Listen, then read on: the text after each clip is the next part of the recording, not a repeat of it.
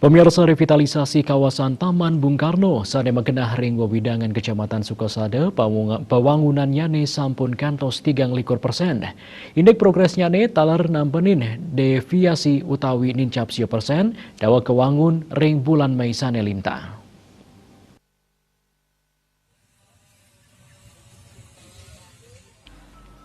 Pembangunan ruang terbuka hijau RTH Taman Bung Karno Sukasada Raja Kemarkiang. Ngantos panguntat bulan Juli puniki, pawigunan inucap sampun memargi kantos 30%. Bupati Buleleng Putu Agus Suradnyana ring selah galah kunjungan latarang, panureksan ring kuentenan proyek memargi ring tengahing pandemi COVID-19, mastikayang pembangunan RTH Sanikwantu saking bantuan keuangan khusus Provinsi Bali sampun nganutin kontrak kerja.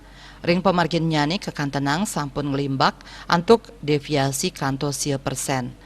Wewidangan RTH Taman Bung Karno puniki pacang kedadosang ikon Buleleng sisi kelod pinake penaut ekonomi khusus ring destinasi wisata. Bupati Pas taler mapiteket majang pengawas rekanan mangdanis tata anut ring pengerencana kerja sani sampun kejantenang mangdanes pamurugan administrasi sani memarki.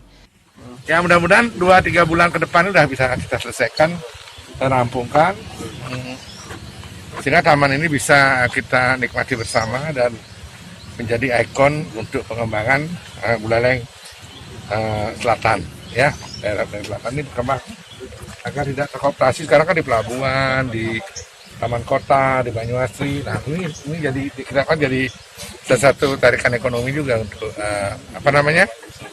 untuk kegiatan baik kepariwisataan maupun ekonomi. Jadi masing-masing udah punya tarikan kan.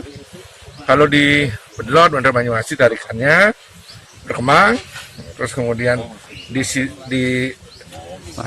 senternya ada taman kota rame ya. Di Kampung Tinggi ada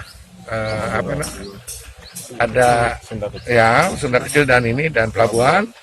Sekarang di daerah Buleleng Selatan, Sukasada dan sekitarnya ini Taman Bung Karno.